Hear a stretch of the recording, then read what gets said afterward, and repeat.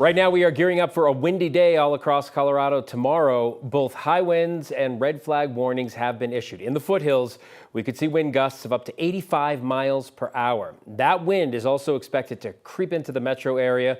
We saw some light wind today, but that's nothing compared to the 60-mile-per-hour gusts we could see tomorrow. XL also says it is considering potential power shutoffs to more than 50,000 people right along the Front Range to prioritize safety because of that wind. Thanks for joining us, everyone. I'm Phil Lipoff. I'm Kim Christensen. The impacts from Wednesday's weather could come in two different forms of wind. Weather Impact Team meteorologist Corey Reppenhagen is live in Jefferson County tonight. Corey, let's talk about what the winds are called and the time frame that you're most concerned about. Yeah, I think the most concerning part of this event tomorrow will be where the two types of winds overlap. Now, in the morning hours and the early afternoon, we'll see what's called a Chinook wind, which is a drier and a warmer wind. And then in the evening hours, we'll start to get the Bora wind kick in, and that's a cooler wind, and that's going to raise the humidity and lower the grass fire danger. So it's where they overlap that we'll have the greatest concern. So somewhere between 1 and 6, we'll probably get a few hours of some pretty dicey moments there across the Front Range.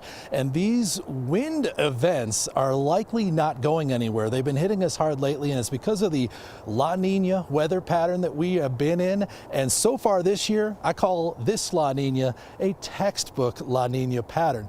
Now, let's take a look at some of the expectations that we have across the Front Range when we do have these La Nina, typical La Nina events. We get a lot of dry spells, long dry spells. We have seen those. We are in the midst of one right now. We also get a lot of wind. Check. We have seen that, and we have another high wind event coming up on Wednesday. And we also tend to get quite a few deep cold snaps where the temperatures drop below zero. We get a few more of those than we normally would. Now, so far we have not seen that, but this weather pattern looks like it's not going to change too much over the next 3 weeks. And then once we get into January, Kathy, I am personally hoping for some of that colder air. Maybe if the La Nina starts to break down a little bit in January, we could start to introduce some of those colder spells and maybe even some wetter spells. That'd be nice. I know. And Corey, you and I were talking about the fact that sometimes with weather patterns like this, we can catch up in a big hurry with just 1 or 2 storms. And I think you and I were kind of thinking that might be fun, right? That would be fun, and that would make for a really interesting March, so let's get to that point. I know. It is going to be fun. It is going to be interesting. And our Corey Reppenhagen will be boots on the ground over the next 24 hours with that weather anemometer scarf to tell you exactly what's going on in the foothills, right in the center of the storm.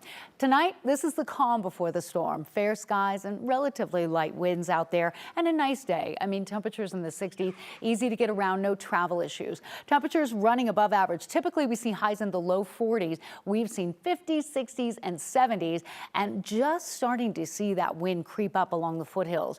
And so a weather impact alert issued tomorrow.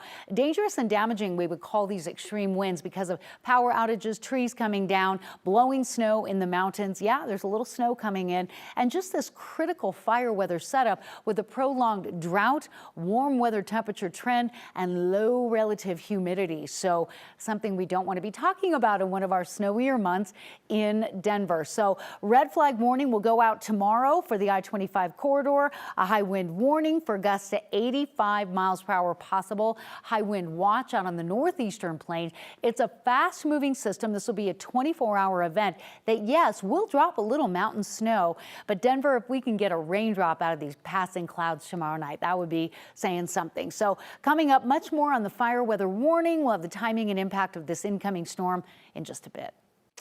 Kathy, thank you. All of the wind we are expecting is already affecting schools around the state. The Weld RE4 school district says it will operate on a modified schedule tomorrow already because of the potential power outages. The school is canceled for students preschool through 5th grade. Middle school will release students at 11:25, and high schools will let students go at 12:10.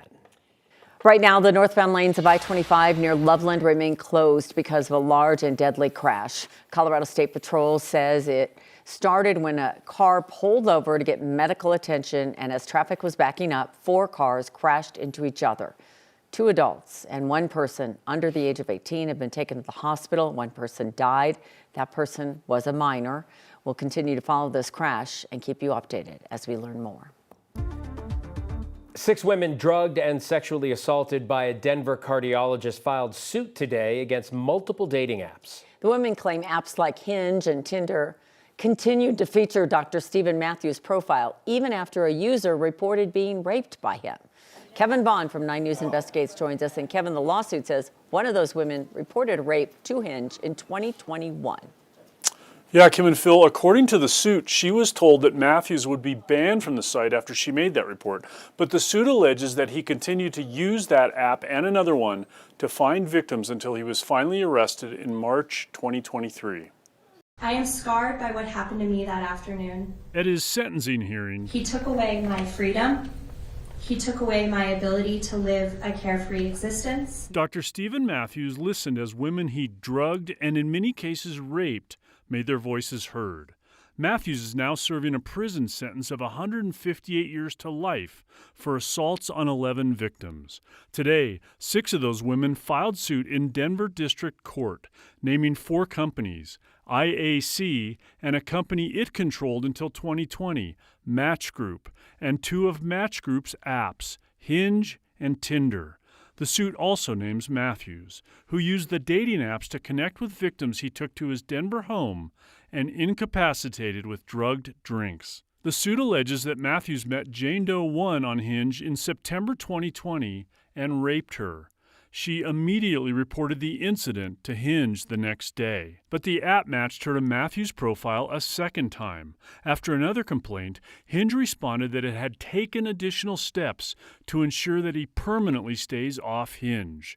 But the suit alleges that didn't happen, that Matthews continued to find victims on Hinge and Tinder, and that the companies failed to take steps to protect users, such as facial recognition technology that could root out people with multiple profiles. The suit claims all 6 women continue to suffer physical, emotional, and mental trauma.